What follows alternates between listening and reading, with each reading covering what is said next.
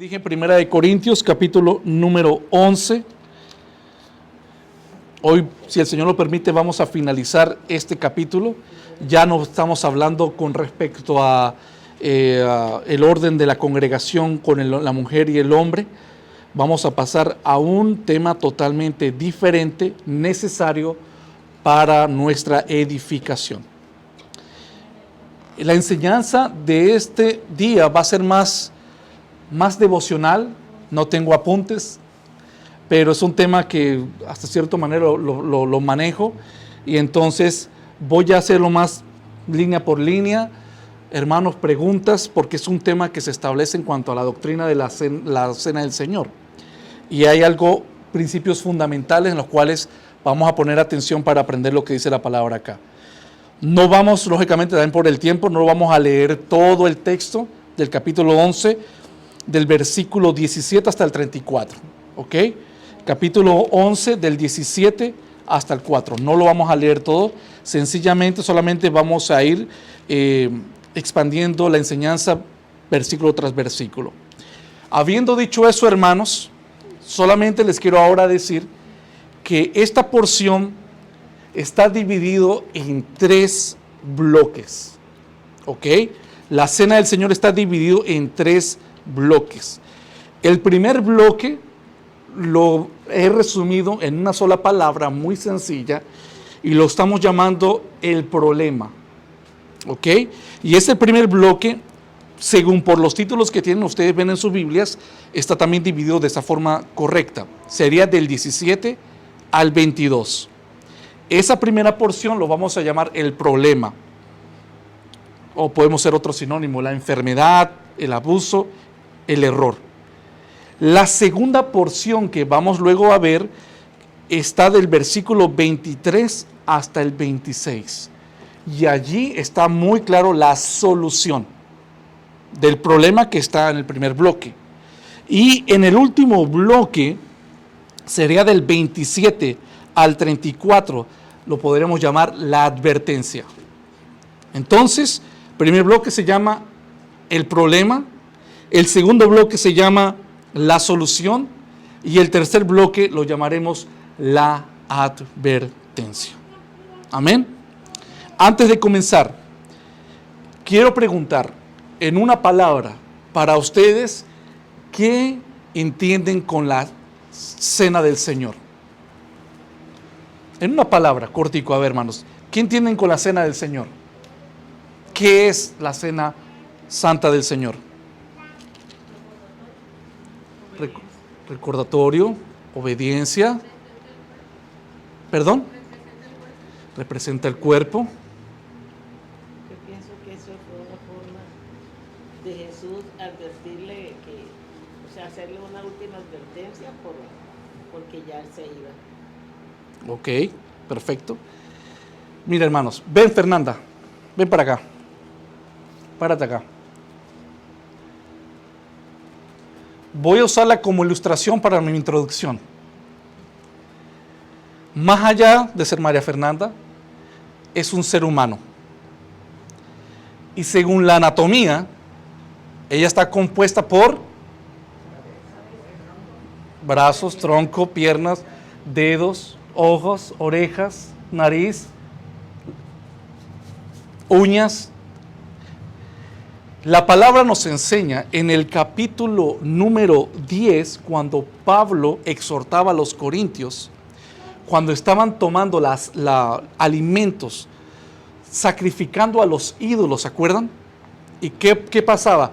Que en el momento cuando ellos comían ese alimento sacrificado a los ídolos, ellos se hacían en un mismo sentir con esa falsa deidad.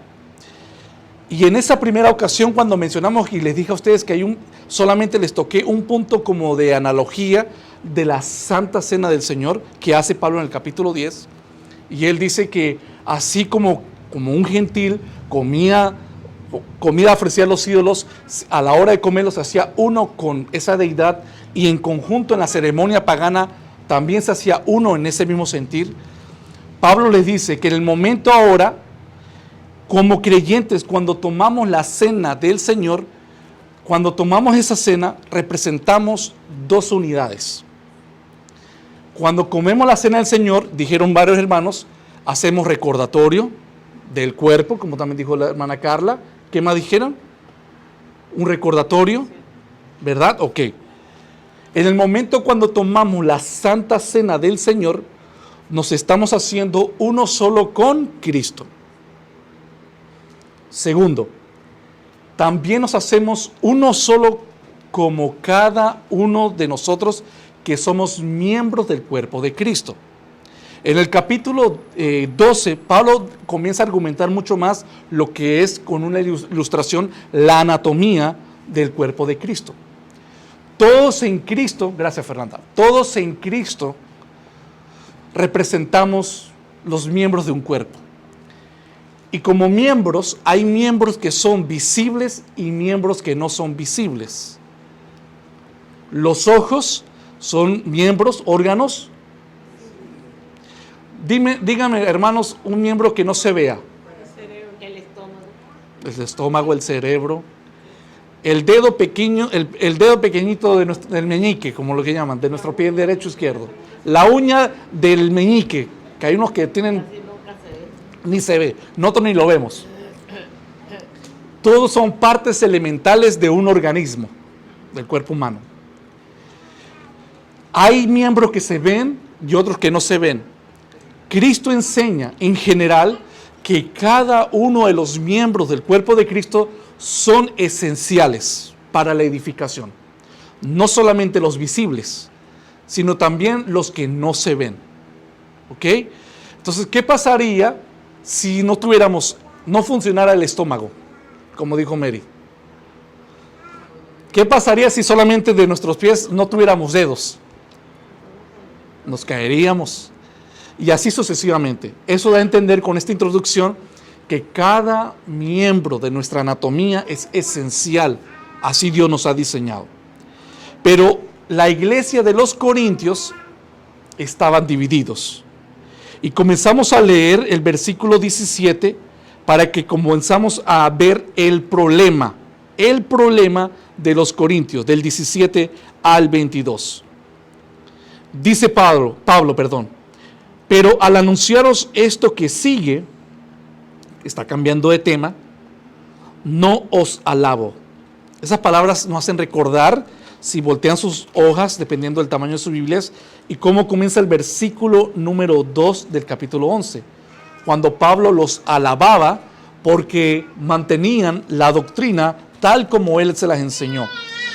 En este momento, en el versículo 2, Pablo los alaba, pero en nuestro versículo número 17 vemos algo muy, muy literal y muy claro, que en esto que Pablo va a comenzar a desglosar, Pablo no los alaba. Y no los alaba porque no lo estaban haciendo de la forma correcta. Por eso llamamos este primer bloque el error de los corintios. Al anunciaros esto que sigue, no os alabo, dice. Porque no os congregáis para lo mejor, sino para lo peor. Esto es, hermanos, una bofetada para nosotros. Porque nos está diciendo que los corintios habían aceptado la doctrina de la Santa Cena del Señor y del congregarse, pero al mismo tiempo no lo estaban haciendo de la forma correcta. Y nos dice Pablo que los corintios se estaban reuniendo, pero no para lo mejor, sino para lo peor. Con eso quiero destacarle a ustedes que ellos mantenían una separación y una diferencia rotunda. Si nosotros, cuando aprendimos, ¿se acuerdan? Comenzó el hermano Uriel a predicar en el capítulo 1 y capítulo 2, que ellos tenían divisiones, ¿se acuerdan? Sí. Y las divisiones, ¿por qué eran? Porque cada uno apoyaba a alguien diferente. Tenían gustos diferentes en cuanto al predicador. Unos decían que seguía a Apolo, otro a Pablo, otro a Cristo, etcétera, etcétera. Pero acá nos está anunciando ahora un problema nuevo de los corintios. Y nos está diciendo que se estaban congregando para lo peor.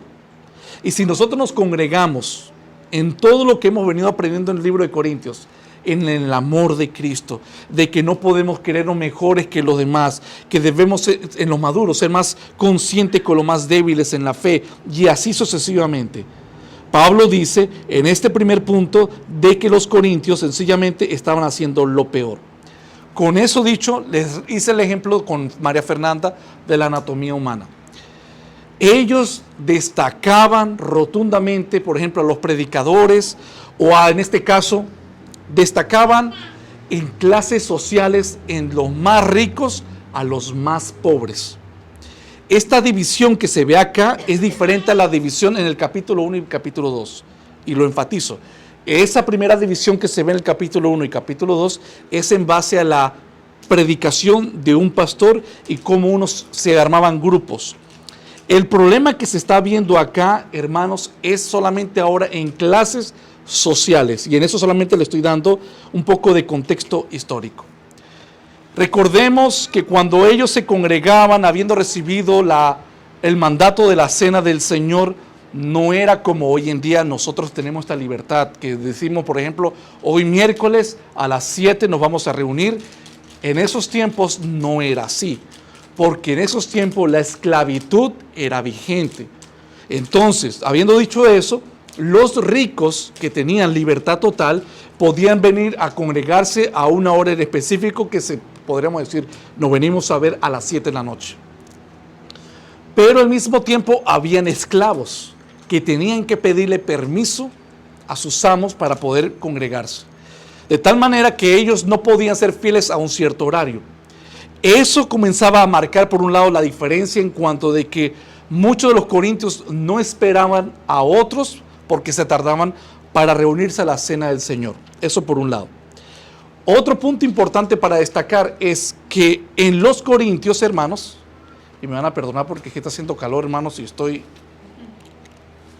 En los corintios, la cena del Señor, ellos no la practicaban como nosotros la practicamos hoy en día. ¿Ok? En el contexto histórico de hace 2000 años, los corintios, hermanos, se reunían, pero traían un banquete. Así como de repente lo practicamos nosotros hoy en día. Aunque eso no es la regla a seguir. Y más cuando son congregaciones grandes, por lo general es, como muchos lo hacen con las bandejitas y el pan y el vino de una forma muy medida, por lo práctico. Pero en esos tiempos, el día que iba a haber Santa o la cena del Señor, ellos traían banquete, traían comida, traían incluso vino. ¿Ok? Traían vino, traían comida. Y lo que hacían es, después de la enseñanza, ellos se echaban esta comelona. Y después que comían, y después que tomaban, y se embriagaban, y quedaban totalmente llenos, recién luego de ahí venían y compartían la cena del Señor. ¿Ok? Ahora, el problema hasta este momento que le estoy solamente diciendo antes de seguir la escritura, no era por hacer el banquete. El problema no es el banquete. El problema es que las personas, los creyentes más ricos en Corinto, cuando ellos llegaban y armaban la mesa, a ese tipo de comida le llamaban el banquete ágape, el banquete del amor. Históricamente así lo llamaban. Y cuando ponían la mesa, llegaban los más ricos, y los más ricos traían, no sé, traían sus pizzas, traían, no sé, su comida china, etcétera. Y en la mesa, los ricos se sentaban a un extremo de la mesa y armaban su grupito y comían ellos. Y luego, como iban llegando los esclavos y no tenían los recursos, se podían sentar otros al extremo de las otras mesas, y así sucesivamente. Y durante el banquete, cada quien comía según su círculo social. Los pobres con los pobres, los ricos con los ricos. Y luego que se echaban la muenda y el banquete, ya luego pasaban a celebrar la cena del Señor, y ahí sí, todos se juntaban, y del pan, un solo pan, lo partían y lo iban repartiendo. Y cuando Pablo ve esa escena, y Pablo realmente le dice, ustedes están practicando mal la cena del Señor. Lo están practicando de una forma equivocada. Por eso dice el texto que ellos se congregaban para lo peor y no para lo mejor. Versículo 18 dice: en primer lugar, cuando os reunís como iglesia, oigo que hay entre vosotros divisiones. No son divisiones, como les dije, como dice el capítulo 1 y el capítulo 2, divisiones sociales. ¿Ok? Oigo que hay entre vosotros divisiones y en parte lo creo. ¿Por qué dice Pablo esto? En parte lo cree, ¿por qué? Porque tienen antecedentes. Vean el comportamiento de los corintios a través de todos estos capítulos que hemos analizado. Y ahora, hay otra cosa importante en el versículo 18, si ustedes se pueden dar cuenta, hermanos. Cuando dice, cuando reunís como iglesia. Cuando se reúnen como iglesia, pregunta teológica, o sea que si no nos reunimos, ¿no somos iglesia? Hemos aprendido, según la palabra, que Cristo no habita en templos hechos por manos de... Y dice la palabra que el que cree en Cristo, Jesús nos prometió, Él y el Padre vendrán y harán morada en nosotros. ¿Ya lo ven? Es interesante esta declaración que hace Pablo acá en el versículo 18. Cuando os reunís como iglesia, la pregunta es, entonces si nos están congregando, ¿no son iglesia? ¿Qué piensan ustedes, hermanos? Habiendo dicho lo que les dije. Porque hay que hacernos preguntas al texto. Esto es un tipo devocional, pero hay que hacer las preguntas al texto. Cuando os reunís como iglesia, está dando en el sentido de que sí, hermanos, cada uno individual es iglesia del Señor. Cada uno de nosotros es iglesia, no las paredes, no la mesa, no el púlpito. Cada uno de nosotros somos iglesias. Pero acá el sentido que le está dando el texto bíblico es que cuando nos congregamos hay un propósito. Y como propósito es glorificar al Señor. ¿Qué fue lo que aprendimos en la sección pasada? ¿Por cuál era el rollo que venía Pablo exhortando con respecto al hombre y la mujer? ¿Cómo debían de orar? ¿Pero dónde? ¿Afuera en la casa? ¿Dónde era? En el culto, en la reunión. Entonces, nosotros como individuos somos iglesia, e inherente, eso es algo muy claro. Pero cuando nos reunimos en colectivo, quiere decir, y le demostré con la ilustración de María Fernanda con su anatomía, es que cuando nos reunimos, todos, aunque somos diferentes, somos del mismo cuerpo. Pensamos lo mismo en el sentido de que creemos en Cristo. Habiendo dicho eso, también quiero decirle, no creemos nosotros que seamos clones, copias de copias de copias. ¿Qué quiero decir con eso? Hay una doctrina que no sé si lo han escuchado, se llama la separación primaria y la separación secundaria. ¿Lo han escuchado? Ok. La separación primaria y la separación secundaria. ¿Qué es eso? Esto es para responder que cuando nos reunimos como iglesia tenemos que estar en un mismo sentir. Pero al mismo tiempo que estamos en un mismo sentir, eso no quiere decir que seamos clones. Que todo lo que yo piense de la fe, tú vas a pensar igual que yo. Entonces, ¿qué es eso? Bueno, acá donde viene la doctrina que se llama la doctrina separación primaria y separación secundaria. La separación primaria significa que hay una separación rotunda con aquellos que se dicen llamar cristianos, pero que no están en lo elemental de la doctrina conectados al igual que yo. Ejemplo, un testigo de Jehová, él se considera cristiano, pero ellos niegan una doctrina fundamental de la cristología, que Cristo es 100% Dios, 100% hombre. Entonces, yo con él marco una separación primaria. ¿Ok? O sea que no somos hermanos de la fe, aunque él diga lo que diga. Les voy a dar otro ejemplo con un hombre del Señor llamado, que ya falleció, Martin Lloyd-Jones. ¿Lo han escuchado? Bueno, cuando el evangelista Billy Graham, de Estados Unidos, fue a Inglaterra a predicar, evangelizar, pidió al pastor Martin Lloyd-Jones en compartir el escenario. Y Martin Lloyd-Jones le dijo, no hay problema, yo me subo contigo a predicar el evangelio. Solamente te pido que no hagas el llamado del arrepentimiento, el decisionismo. ¿Lo han escuchado? La oración de fe. Ven, pasa adelante, repite estas palabras. Si lo dices, ya eres salvo, para adentro, otra oveja para el carril. Esa fue la petición de Martin Lloyd-Jones a Billy Graham. ¿Y saben qué dijo Billy Graham? No puedo hacer eso. Y dijo Martin Lloyd-Jones, por esa misma razón, marco una separación primaria contigo.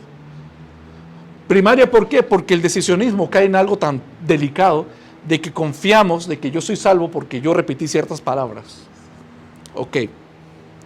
Eso nosotros tenemos que manejarlo con mucho cuidado para decir a quién llamamos hermanos y a quién no llamamos hermanos de la fe. La separación secundaria es algo sí aplicable y sano dentro de la congregación. Repito, no todos, aunque estamos en un mismo miembro, no todos los miembros pensamos igual de todo. Voy con un ejemplo. Para una doctrina o una separación secundaria.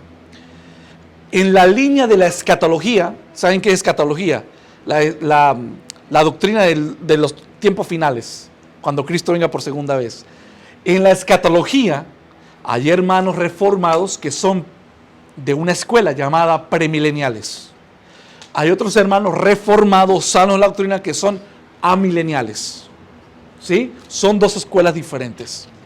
Pero ¿qué pasa? Eso es una doctrina no esencial para la salvación. Hay doctrinas que no nos salvan. Son fundamentales, pero no nos salvan. O sea que en ese tipo de creyentes yo puedo marcar una separación. O sea, eres mi hermano, aunque no mantengamos la misma doctrina. Otro ejemplo. John MacArthur y por otro lado, R.C. Sproul, dos hombres de Dios. Uno bautista y el otro presbiteriano. Y ellos tienen sus debates y se aman en el Señor. Y John MacArthur iba a predicar allá en Florida, en la iglesia donde R.C. Sproul, y R.C. Sproul predicaba acá en Grace. Pero aún así tenían la segunda doctrina de la separación secundaria, la 2. ¿En qué sentido? En el bautizo de infantes. Porque R.C. Sproul, siendo presbiteriano, creía de que los niños habían que bautizarlos. Aunque también decían que no era para salvación. Era para que fueran parte del pacto de los salvos, de los creyentes del Nuevo Testamento. Los bautistas, como John MacArthur, y como nosotros nos adherimos como bautistas, creemos que una persona tiene que crecer, ser consciente, ir a las aguas por convicción propia. Esa es la postura de John MacArthur y esa es la postura de R.C. Sproul. Pero no marcan la separación primaria, marcan la separación secundaria, porque en las doctrinas elementales están así. Con eso, habiendo dicho eso, nosotros somos parte del cuerpo de Cristo. Estamos unidos, aunque no en todo pensamos lo mismo. Recuerden lo que aprendimos en el capítulo 8, el 9 y el 10. Las comidas. Para el que le parece comer, y mismo Romanos 14, el que no quiera comer carne, que no coma carne. El que quiera comer legumbres, que coma legumbres. Pero el que come carne no juzgue al que coma legumbres. Y el que come legumbres no critique. ¿Me explico? ¿Qué hay con eso? ¿Separación primaria o secundaria? Secundaria, porque yo a ti no te puedo obligar que comas carne, hermano. O tú no me puedes a mí obligar que coma carne. Cuando reunís como iglesia, oigo que hay entre vosotros divisiones, y en parte lo creo. Pero las divisiones que estaban marcando eran por clases sociales. No era por doctrina o por cosas de la conciencia, era ya por discriminación. Versículo 19. Porque, y luego esto es interesante, porque es preciso que entre vosotros haya disensiones, y me detengo. Las divisiones son terribles para el cuerpo, para la iglesia, hermanos. Las divisiones destruyen. ¿Hemos vivido divisiones? Destruyen. Pero acá el texto nos dice, según Pablo, de todos estos problemas que hay, dice en el 19, es preciso, en el griego el preciso es necesario. Es necesario que entre vosotros haya disensiones. Vamos a tratar de llevar estas dos en un balance bíblico. Las divisiones destruyen, Dios se enoja con los que hacen divisiones, pero al mismo tiempo cuando ocurren hay que verle el lado bueno. ¿Sí? Estoy siendo bastante colegial. ¿Cuál es el lado bueno de las divisiones y de lo que causan hombres en la iglesia como estaban haciendo los corintios? Dice el texto, es preciso que entre vosotros haya disensiones. Esta palabra, ¿para qué? Es propósito. Para que se hagan manifiestos entre vosotros los que son aprobados. Entonces, mira lo que dice la palabra, hermanos. En todo el caos y la tormenta y todo lo oscuro y lo confuso y lo que duele las divisiones, Pablo dice, cuando ocurre ahora ya es necesario, porque eso hace y filtra los que son, por así decirlo, probados, están en la fe, y los que no son de la fe, los que no son de Dios. Y eso es bueno, hermanos. Debemos ser probados, hermanos, con algo tan tangente como lo que estamos viviendo nosotros. Algo que nos duele, algo que nos ha destrozado, hermanos. Pero aún así, si volteamos la arepa y vemos lo que dice el texto acá, cuando esto, si el Señor permite que esto ocurra, lo que podemos ver de positivo de esto, hermano, lo que nos ha ocurrido es que la segunda parte de la oración. ¿Qué queremos ahora ver? Vamos a ver si nosotros estamos aprobados y si continuamos viviendo por fe en Cristo Jesús. Que no sea razón que por lo que pasó acá, nosotros digamos, ¿sabe qué? Estos son una cuerda de hipócritas, como dicen la gente del mundo, y sencillamente yo no me congrego. Entonces sencillamente, bendito sea Dios porque nos está probando que no calificas entonces. Este es el otro lado de la arepa. Este es el otro lado. Con eso no quiero decir que, ay, Señor, manda divisiones. No, las divisiones no son de Dios. Pero cuando ocurren, viene esta otra contraparte para ver que realmente el lado bueno cuando ocurren estas cosas tristes. Versículo 20. Cuando pues os reunís vosotros, esto no es comer la cena del Señor. Acá está diciendo lo que le dije al principio. Si vienen con el banquete, traen comida china, traen pizza, y acá vienen otros pobres que no tienen la economía porque vienen de trasfondo de esclavitud y no pueden otorgar nada, y de aquellos solamente tienen que tragar saliva por lo que aquellos están comiendo. Mira cómo lo practicaban los corintios. Comían y no les daba nada que los otros estaban viendo. O sea, habían niños de los esclavos y no les compartía la comida. Y luego que comían, o muchos cuando ya llegaban de los esclavos llegaban tarde, muchos de los corintios ricos ya estaban hasta borrachos de tomar el vino, porque se abusaban. Y el punto es, después que comen todo esto y marcan esta distinción tan hipócrita, luego sí, a la cena del Señor todos se juntaban y comían el pan con todos. Dijo Pablo, no, están descalificados, lo están haciendo mal. Lo están haciendo mal. Entonces por eso dice el 20, cuando pues os reunís vosotros, esto no es comer la cena del Señor.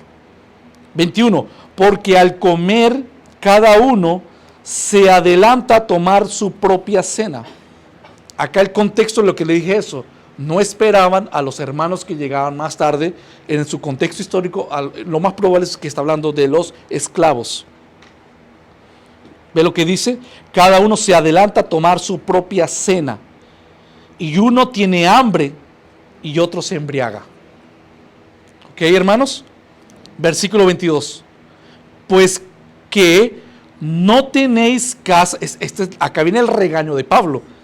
No tenéis casas en que comáis y bebáis, o menosprezáis la iglesia de Dios y avergonzáis a los que no tienen nada? ¿Qué os diré? ¿Os alabaré? Acá está rotundamente, no los alabo. Hermanos, ustedes saben que es comer y que hagan con sus niños y están ahí con la boquita abierta y ellos están ahí en su fiesta, hermanos. Que llevan su fiesta para la iglesia. Por eso que el capítulo 13 es tan necesario de la preeminencia del amor para los corintios, porque incluso en esto no estaban marcando ellos diferencia. Hace años atrás, hace varios años, no me acuerdo del movimiento, el nombre ahorita, hermanos, se levantó cristianos, entre comillas, y ellos querían de alguna forma incrementar los números en las iglesias, personas, asistentes, almas. Y ellos comenzaron a sacar estadísticas para ver cómo incrementar los números. Y se dieron cuenta que era bueno, según ellos, comenzar a separarlos por camadas, según las estadísticas. Por ejemplo, vamos a hacer ahorita una iglesia, una congregación de pura juventud. Y ponemos la música que le gustan a los jóvenes. Le decimos al ministro que se viste como a los jóvenes les gusta.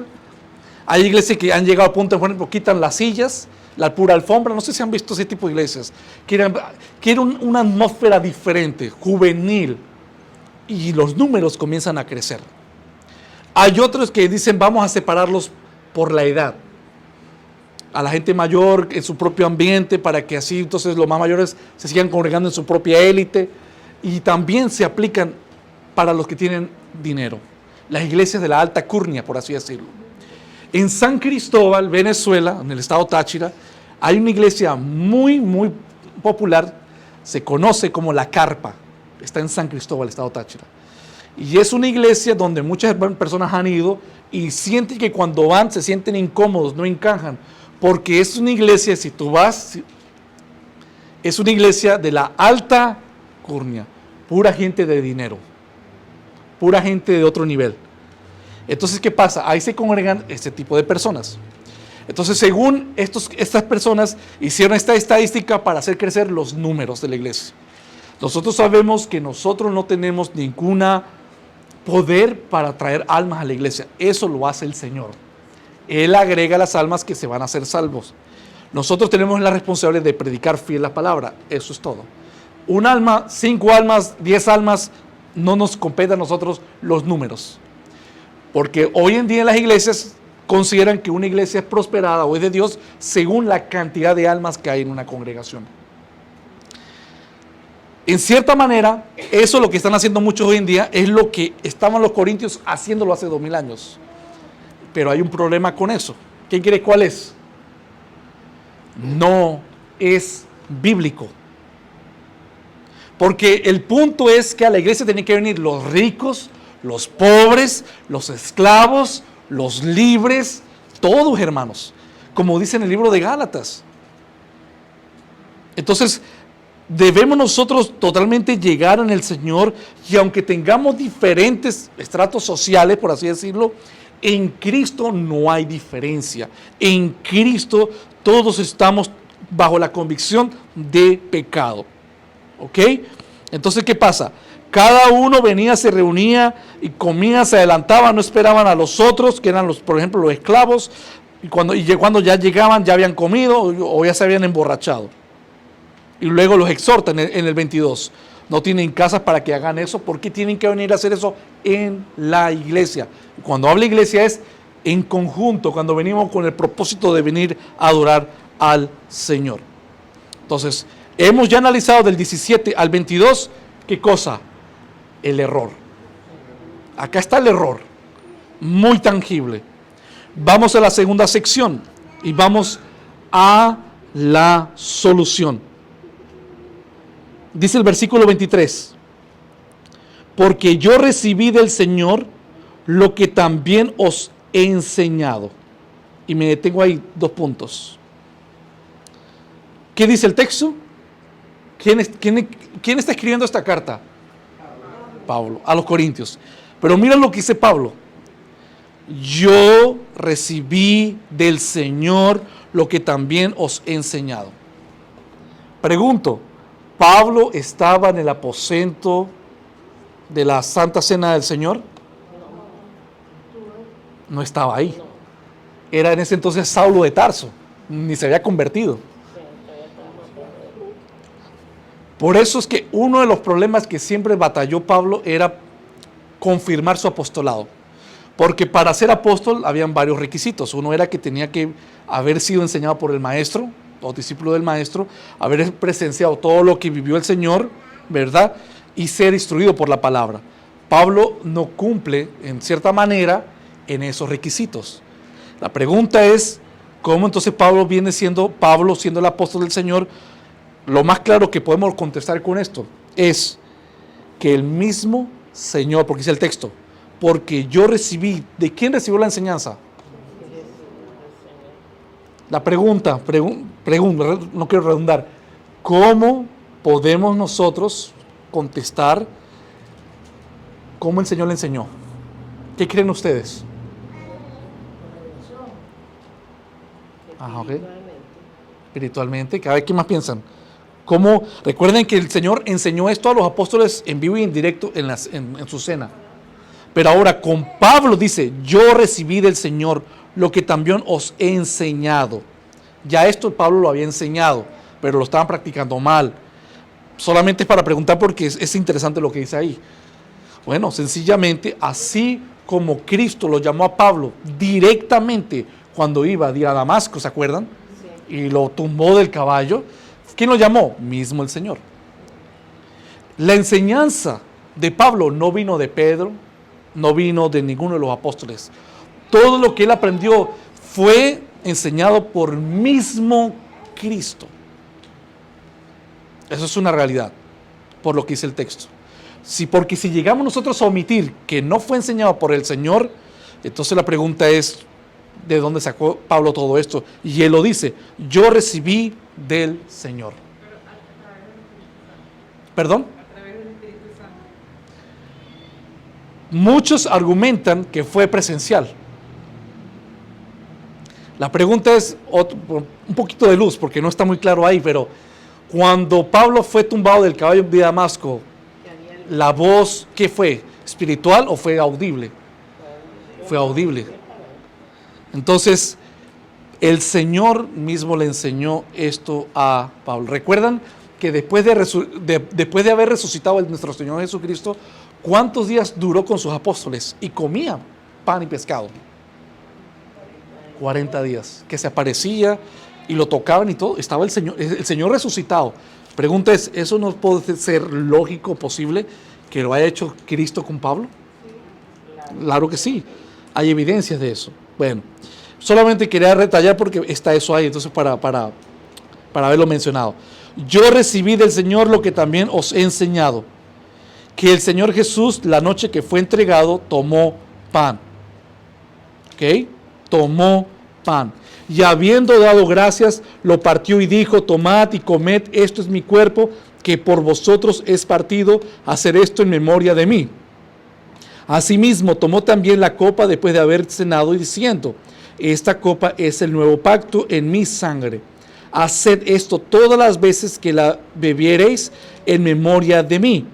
Así pues, todas las veces que comiereis este pan y bebereis esta copa, la muerte del Señor anunciáis hasta que Él venga. Lo leí en conjunto, del 23 al 26. Esto lo resumí, la solución. ¿Cuál es la solución? Primeramente, le está volviendo a recalcar lo que ya Él le había enseñado. La importancia de lo que hay detrás de este mandato. 2 ordenanzas Dios nos estipuló para hacerlo en acción, en obra. Uno es el bautizo y el segundo es la práctica de la cena del Señor. Nosotros, hermanos, es importante lo que les dije al principio, que cuando los corintios agarraban alimento ofrecido a los ídolos y lo comían, estaban dando a entender que ellos estaban siendo uno con su conciencia con la deidad. pasa lo mismo con la Santa Cena del Señor. En el momento que yo voy con la convicción de tomar la Cena del Señor, por lo que Cristo hizo en la cruz por mí, que me libertó y me puso y me agregó a la iglesia, como los demás hermanos que están alrededor mío, eso me hace a mí totalmente recordar lo que Cristo hizo en la cruz. Y esto hay que hacerlo siempre. ¿Por qué? Porque es humano, en nuestra caída, es humano, nosotros siempre tendemos a olvidar. Nosotros siempre tendemos a olvidar. Por eso es que de repente yo estoy mal, estoy decaído, y le puedo decir a un hermano una palabra de la Escritura que de repente yo hasta me lo sé. Pero el hecho que me lo vuelva a decir, nos vuelve a refrescar lo que somos y tenemos en Cristo. Pero ¿saben por qué olvidamos? Por nuestra naturaleza caída. Nosotros olvidamos lo que el Señor en muchas ocasiones ha hecho por nosotros. En segundo lugar, la esencia de la cena del Señor. Pregunto, ¿para qué lo estamos haciendo? Como dice acá el mandato. ¿Para qué lo hacemos? A ver si lo podemos resumir, hermanos. La esencia. ¿Para qué? Para honrar el sacrificio del Señor. ¿Qué más?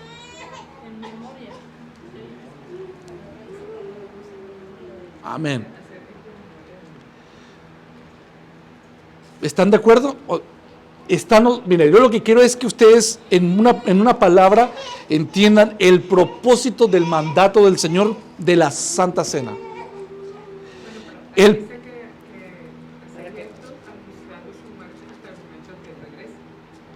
Ok. O sea, ahí está. Es primeramente recordar. Y segundo, lo estás anunciando.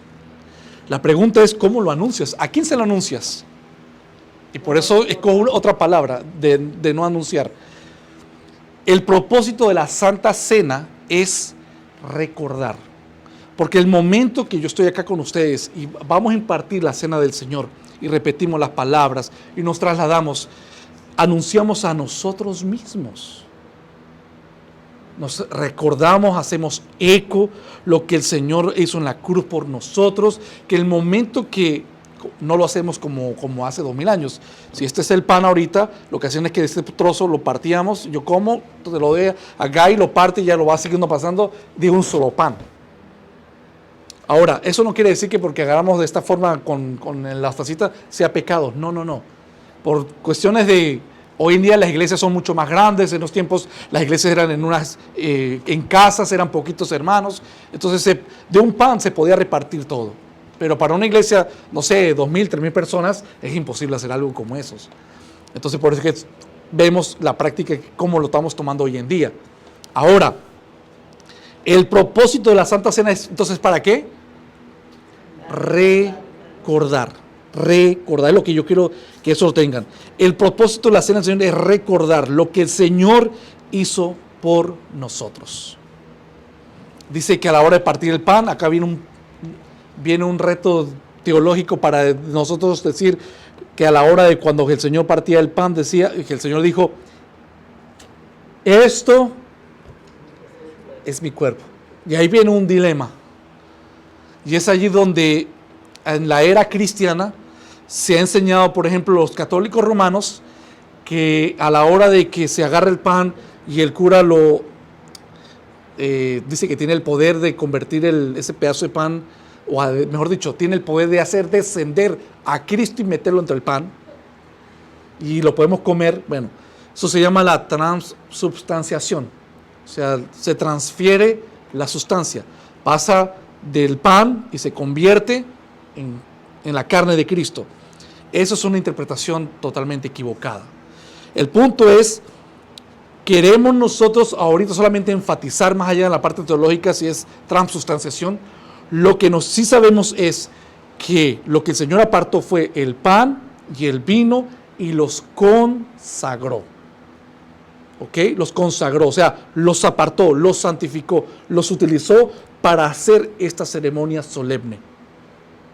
El momento que el Señor parte del pan, nosotros tenemos lamentablemente la conducta natural humana de tomar extremos.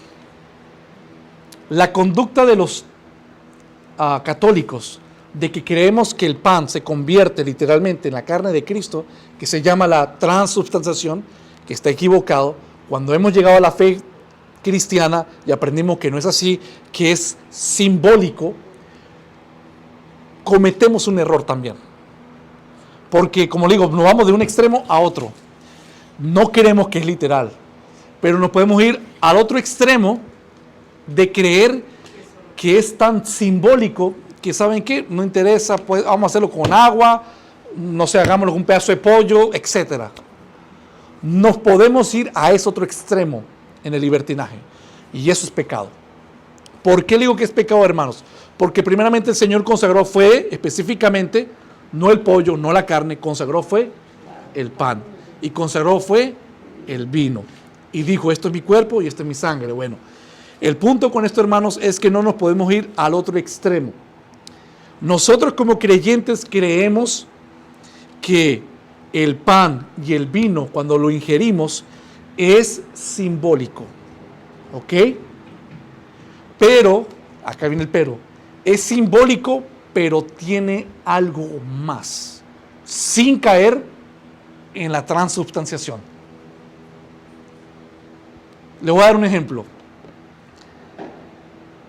Si yo agarro ahorita la bandera de Estados Unidos, la bandera, la levanto, o mejor dicho, sin decir nada, yo le digo a usted que es la bandera de Estados Unidos, la levanto y le digo, ¿de dónde es esta bandera? Dicen de Estados Unidos. ¿Y qué pasa si yo la agarro un video en YouTube, la agarro, la escupo, la pisoteo, la quemo? ¿Qué transmite ese pedazo de tela? ¿Sería bien visto o mal visto? Pero es un pedazo de tela. Es lo que representa. Esa es la palabra. Eso es lo que, gracias, hermana Mary. Es lo que representa ese pedazo de tela. De tal manera, con ese ejemplo, vemos el pan y el vino que el Señor los consagró, y a la hora de nosotros comerlos sabemos que son simbólicos. Pero no por irnos a lo simbólico, vamos a nosotros a hacer lo que estaban haciendo los corintios, que llegaban, se emborrachaban, se volvían glotones, hacían lo que hacían. ¿Por qué Pablo lo exhorta? Porque están abusando y están actuando de una forma totalmente negligente con la cena del Señor. Y esto es delicado. Entonces, no es transubstanciación, pero tampoco es literalmente 100% simbólico. Lo que quiero decir con esto es que es simbólico porque transmite algo. Y lo que transmite es lo que representa el pan. ¿Qué representa? El cuerpo. ¿Y el vino qué representa? El vino. La sangre, perdón. Entonces, por eso es que nosotros, enfatizo, no creemos en la transubstanciación, pero tampoco nos vamos al extremo de lo simbólico totalmente, porque luego en la advertencia del tercer grupo vamos a ver por qué esa advertencia. Si tomamos solamente que es simbólico y lo hacemos como si nada pasara, vamos a ver las consecuencias que ocurren. Entonces, enfatizo, y ahí me detengo para si alguien tiene preguntas con respecto a esto. La cena del Señor, el pan y el vino son simbólicos, pero es algo más porque representan el cuerpo y la sangre de nuestro Señor Jesucristo, que no es lo mismo como que si fuera literalmente. Entonces, habiendo dicho eso, la enseñanza de Pablo es que tienen que tomar la cena del Señor por el orden como Él lo estableció, pero con esa convicción, que cuando coman el pan, sepan que se acuerdan que Cristo, su cuerpo fue quebrantado por nosotros, que fue quebrantado por el esclavo que está a mi izquierda, porque fue el cuerpo quebrantado por mi otro esclavo que está a mi derecha, y así sucesivamente. Y así todos están en el mismo sentir, en la misma fe y convicción. 26. Así pues que todas las veces que comieres de este pan y bebieres de esta copa, la muerte del Señor anunciáis hasta que Él venga. Vamos a la tercera sección, a la advertencia. 27. De manera, después de explicar, de dar la solución para que lo hagan de la forma correcta a los corintios, dice, de manera que cualquiera, ¿quién es cualquiera? El rico o el pobre. Esto no solamente va para solamente la exhortación para los más sabios o los más que tengan más conocimiento. De manera que cualquiera que comiere de este pan o bebiere de esta copa del Señor indignamente será culpado del cuerpo y la sangre de nuestro Señor Jesucristo. Ahora nos detenemos ahí y voy a hacer preguntas porque esto, el primer versículo, para mí es muy importante que ustedes lo tengan claro. Y es esto, que no podemos tomar la cena del Señor de forma indigna. Ok. Pregunto, ¿hay alguien digno?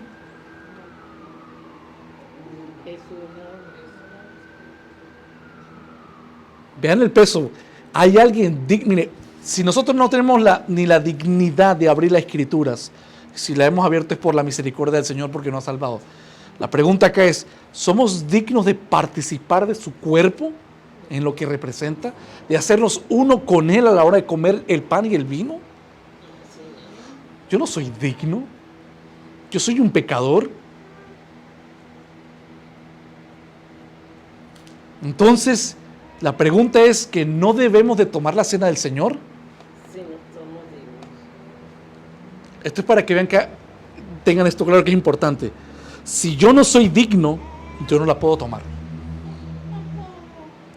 Entonces vuelvo a hacer la pregunta. ¿Ustedes son dignos o no son dignos? ¿Ah? No somos, pero en ese momento nos entregamos a Él y nos hacemos dignos momentáneamente. Ok, a ver, quiero que hermanos hablen con esto. Pero ¿por qué entonces dice que, pues, bueno, por lo que dice es que algunos como que lo hacían indignamente y por eso duermen? Ok, ahí va, por ahí va. Mira, hermanos.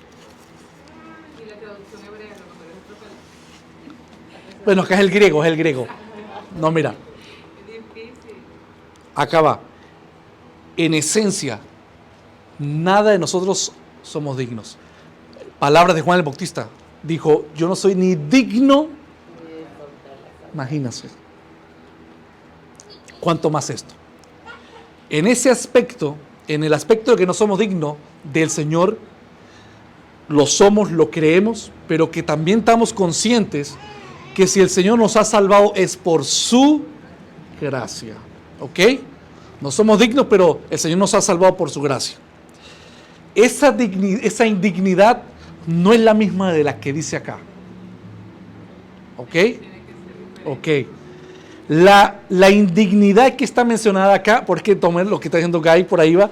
La indignidad que dice acá es con respecto a lo que ellos estaban haciendo. Entonces no olvidemos el contexto. Porque si nos vamos a literal, guarden eso y jamás.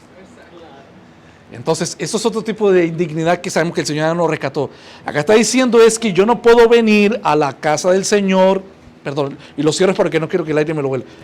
Yo no puedo venir a la casa del Señor, abusar de la cena del Señor, sabiendo que es simbólico, pero transmite, ¿verdad?, que es el cuerpo y la sangre de Cristo. Es delicado, es santo. Entonces yo no puedo tomarlo a la ligera. Y yo no puedo ir, de repente yo veo al hermano Efraín y ¿sabe qué? No sé, él me está debiendo $1,000.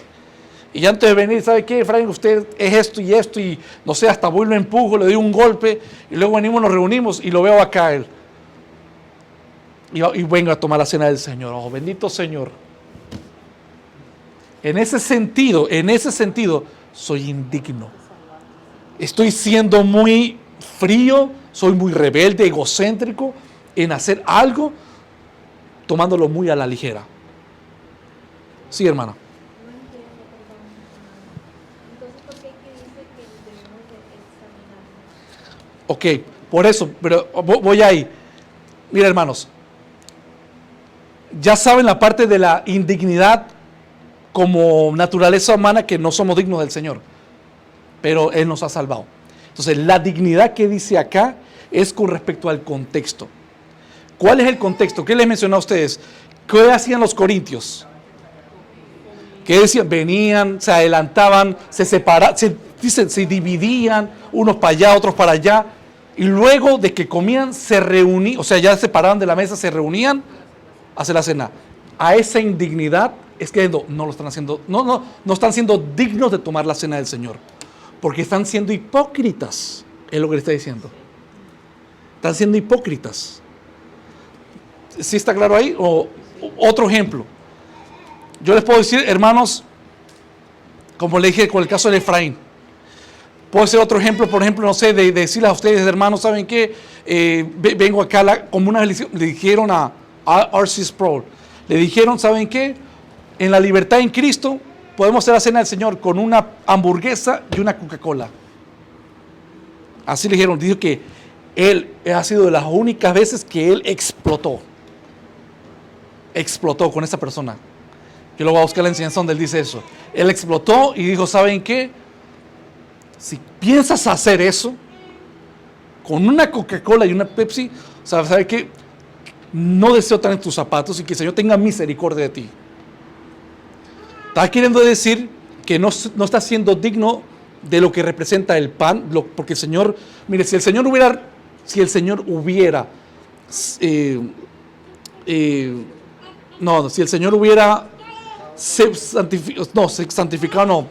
hubiera separado, como les dije a ustedes, un pedazo de pollo o el pan o el pescado, ahí está, eso hubiera hecho, eso es lo que había que usar. El punto es que Él es el creador, el autor, Él dijo, es el pan y es el vino. Y específicamente con nombre y todo. Sí, entonces ¿qué pasa? Cuando le dijo este hombre a Sproul, le dijo, ¿saben qué? Es lo mismo, porque hay que sacar es el principio es que lo hagamos en el nombre del Señor. Entonces no, tú puedes comer el pollo y la carne como el banquete, eso es muy diferente, el banquete, como ahorita que vamos a comer, eso es diferente a la cena. Por eso es que yo pedí que hoy hiciéramos la cena del Señor, porque tenemos una comida, pero eso es muy diferente a la cena del Señor. Porque esta comida es para llenar nuestros estómagos. Esta comida representa la muerte de Cristo. Amén. Entonces, yo tengo que venir a tomar la Santa Cena de forma digna. Con esto también les quiero decir esto. Con esto quiero decirles, hermanos, la advertencia que dice acá, que vamos a proseguir leyendo, la advertencia no es para que no tomes. Al contrario, es para que lo hagas, pero que lo hagas con solemnidad, con santidad, con reverencia, con respeto y con temor al Señor. Si yo hago lo que estaban haciendo los corintios, hago como que el pan y el vino es como si fuera la comida del banquete. ¿Ok? No podemos mezclar las dos cosas.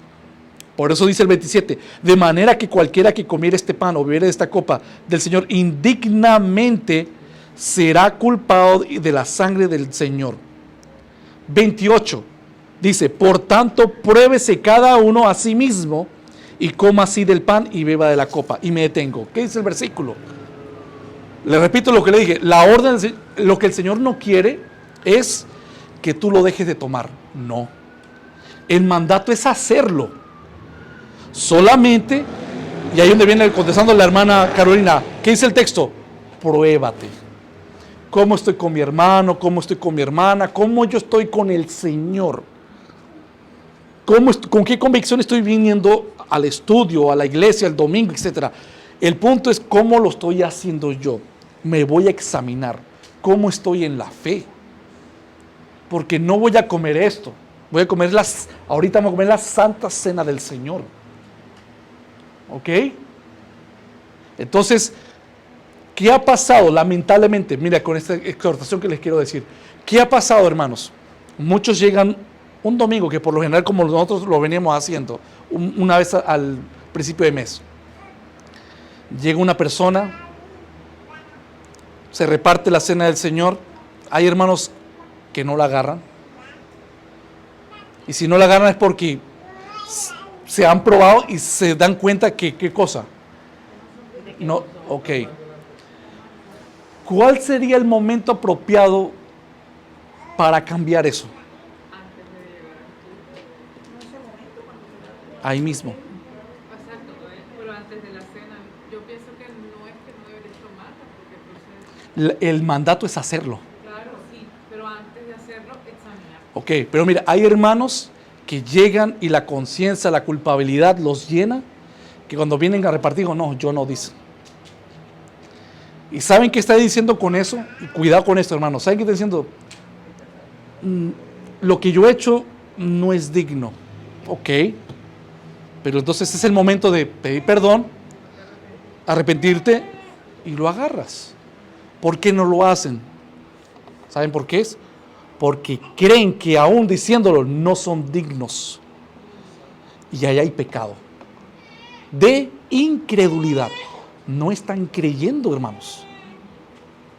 Entonces, ¿sí se debe hacer o no se debe hacer? Sí, sí, de repente te pediste perdón. Tú hiciste algo malo. Bueno, hiciste algo. Y ahorita llegamos a la cena del Señor. Y vamos a repartir la cena del Señor. Y tú sabes que la cena es solemne, no es cualquier cosa. Dice el texto, te vas a probar. Te acusa la conciencia. Tú puedes agarrar el pan y el vino ahí, pero en ese momento tú tienes que pedir perdón al Señor. Señor, perdóname. Estoy a punto he agarrado la cena del Señor porque creo en ti, soy tu hija, pero hice esto en tu mente, hice esto, hice aquello. Perdóname, Señor Santo. Y tú tienes que creer que eres perdonada. Acá viene el punto de creer. Si tú crees que eres perdonada, si tú crees que eres perdonada, entonces agarras el pan, agarras el vino y lo tomas con confianza porque crees en el Señor. Pero ¿saben qué pasa? Miren, hermanos, digo porque yo también lo he hecho. No lo tomo porque soy hipócrita, hice algo malo.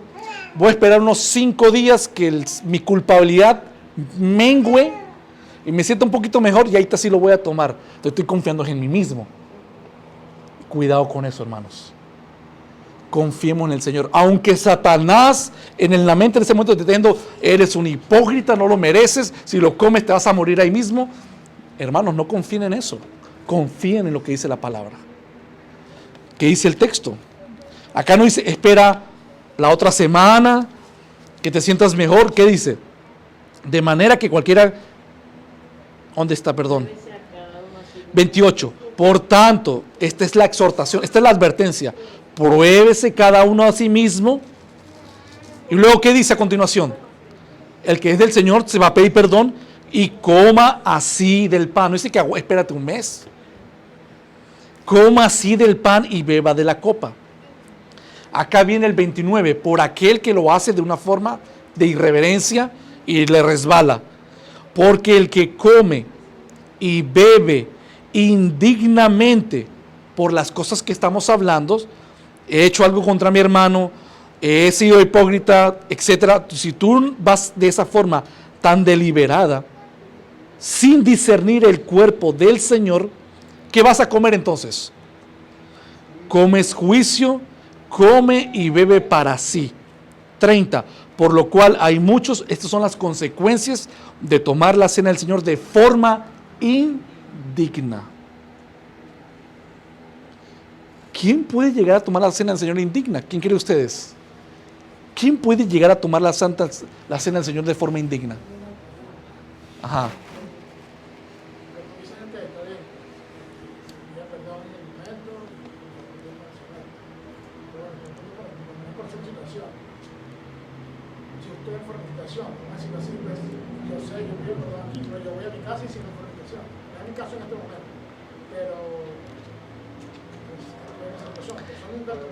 En ese momento no lo deberías hacer.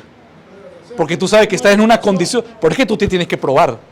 Tú tienes que decir, mujer, voy a ponerla, como decimos, las barbas en remojo. Conchale, estoy así, estoy actuando mal, voy a llegar a la casa, voy a hacer así. No voy a jugar con esto. Y no lo hago. Se aplica lo mismo para el que tiene un vicio. Exacto. Sí. Pero ¿qué pasa? Tenemos que tener cuidado porque hay pecados que están dentro del cuerpo, en el caso como lo que ha mencionado el hermano. La pregunta es que yo en ese momento pido perdón, pero yo mañana jueves vuelvo a pecar. Entonces, por eso digo, entonces somos indignos, porque mañana vuelvo a pecar. El punto es, por ejemplo, como lo que ha mencionado Juan Pablo, me parece interesante, ese tipo de pecado, aunque todos los pecados son iguales, pero ese tipo de pecado es un pecado cometido dentro del cuerpo. ¿Qué significa dentro del cuerpo?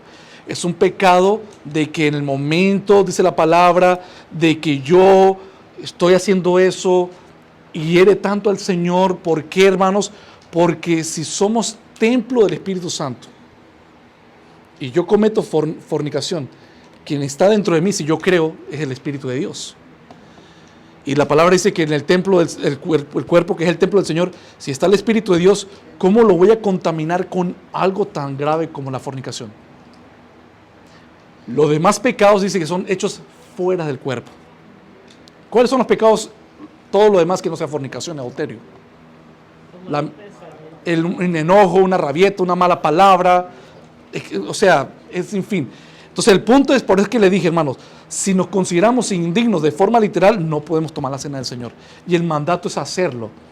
El punto es que el momento que lo tomes, en ese momento tienes que estar limpio en tu conciencia, pidiendo perdón. En ese momento, aunque mañana vas a resbalar en otra cosa, pero en ese momento tú vienes, como venía el pueblo de Israel en el monte, en Éxodo 19, cuando venían a hablar con el Señor, se lavaban las ropas en ese momento. Y eso demuestra que tienen que estar limpios, no pueden estar con la mujer, etcétera, en el Antiguo Testamento. El punto es que el momento en que tomamos la cena del Señor, podemos estar limpios, por ese instante podemos estar limpios de pecado, hermanos. El hecho que lo confieses, diga tus debilidades, lo confieses en el momento y lo comas, amén, no eres culpable. El Señor está viendo que lo estás haciendo con ese temor y reverencia al Señor. A excepción, en el caso que está mencionando el hermano. Porque sencillamente si yo lo vuelvo a hacer, no puedo en eso pecar porque es un pecado, por así decirlo, en práctica. Y hay que tener cuidado. Por eso dice la advertencia. ¿Quiénes son los que toman la Santa Cena indignamente? Ese ejemplo que me dio Juan Pablo puede calificar como un ejemplo de tomar la Santa Cena del Señor. O sea que si lo tomo, yo mañana sigo haciendo lo mismo. Viene el otro mes, lo vuelvo a tomar, le pido perdón en el momento al Señor, pero lo vuelvo a hacer otra vez. Puede ser que ese día no me caiga un rayo, pero según el texto es, me puedo enfermar, me puedo debilitar o se me puedo morir. Ahora viene otra pregunta teológica. Acá está hablando a quiénes, a los creyentes. Cuando habla de enfermarse, cuando habla de debilitarse y cuando habla de morir, ¿qué entienden con eso? En el sentido, ¿son salvos aún así que mueren? ¿Qué creen ustedes? Porque el texto lo dice muy claro acá. Pero quiero preguntarle a ustedes. Ahí está mismo, ahí está la respuesta. En la última palabra. La advertencia es para los cristianos. Y ya habían en estos momentos, porque Pablo decía, ya habían muchos enfermos y muchos estaban durmiendo. La pregunta es, ¿mueren condenados o mueren en Cristo? En Cristo. En Cristo. ¿Por qué? Porque la palabra que acá se le da siempre cuando se habla de los que mueren en Cristo, se les llaman dormir. Y acá están los que duermen. Son salvos. Lo que pasa es que si un hermanito o una hermanita que está trabajando, está haciendo las cosas de una forma negligente, el Señor le dice, ¿sabe qué? Mejor te voy a llevar a casa. Porque eso no lo tolero. El Señor tiene, si somos sus hijos, Él nos puede castigar. Parte del castigo puede ser que nos muramos, pero vamos a estar con Él. 31. Si pues nos examinásemos a nosotros mismos, no seríamos juzgados. Lo que está diciendo es que seas diligente, tengas reverencia. 32. Mas siendo juzgados, somos castigados por el Señor, para que no seamos condenados con el mundo. Son salvos, ¿sí lo ven? O sea que el Señor hace un juicio ahí dentro de la casa de los cristianos para que no sean condenados con el mundo. Es preferible, te voy a castigar de esta forma. 33. Así que, hermanos míos, cuando os reunís a comer, mira lo que le está diciendo, lo que previamente en el primer bloque que mencionamos con respecto al error, que no estaban esperando a nadie. Acá en el 33, ¿qué dice? Que cuando se reúnan, esperaos unos a otros con la cena del Señor. No se afanen primero yo, aquel no está llegando. No. Es algo solemne y lo vamos a hacer entre todos, dice Pablo a los Corintios. Esperaos unos a otros, porque queremos gozarnos todos en la Santa Cena. 34. Si alguno tuviere hambre, ¿qué dice? Coma en su casa, para que no os reunáis para juicio. Esta es la advertencia. Si tienen mucha hambre, y aunque ahorita trajo Efraín, la hermana de ayer, una comida rica, si ven mucho mejor como la casa, y luego acá me como algo así liviano, estoy siendo bastante ilustrativo, para que no vengan con la debilidad que los corintios venían. Si sabían que esa noche había banquete, esos eran hermanos que de repente que ni comían durante el día, venían ahí a acabarse con todo, ¿no? Las demás cosas las pondré en orden cuando yo fuere. Entonces, hemos estudiado 3 escenas de la Cena del Señor, 3 bloques. Del 17 al 22, el error. Del 23 al 26, la solución de cómo hay que hacerlo y lo que representa la Santa Cena del Señor. Y luego la advertencia del 27 al 34. Y habiendo dicho eso, hermanos, entonces nosotros podamos totalmente entender que la Santa Cena del Señor es algo del Señor, es hermoso, es algo que el Señor nos ha dado como para que nosotros como creyentes lo podamos disfrutar, pero hay que hacerlo con diligencia, hermanos. Padre, te damos las gracias por tu palabra en esta noche. Bendito eres tú, Señor Santo, porque nos has enseñado de la solemnidad de la cena tuya, Señor Santo, que nos has dado como instrucción para practicarlo de generación en generación, anunciando tu muerte, sabiendo, Señor Santo, que tú vienes. Creemos, Señor Santo, no sabemos si en nuestra generación o en las venideras, pero sabemos que tú vienes, sabemos que las nubes se abrirán y tú bajarás con voz de arcángel, y sabemos que cuando tú hables, la iglesia se regocijará cuando vean a nuestro Redentor, pero el mundo también temblará de temor cuando vean al Cristo para traer juicio final, y en eso nosotros descansamos. Y como dijo el apóstol Juan en esas últimas palabras del libro de Apocalipsis, Señor Santo, cuando anunciamos tu muerte con la Santa Cena, anunciamos, Señor Santo, ven, Señor, ven, Cristo Jesús. Te lo pedimos. Tú eres nuestro Salvador y Señor. Gracias por tu amor, gracias por el estudio, gracias por estas palabras que nos has dado. Te lo agradecemos en el nombre de Jesús. Amén.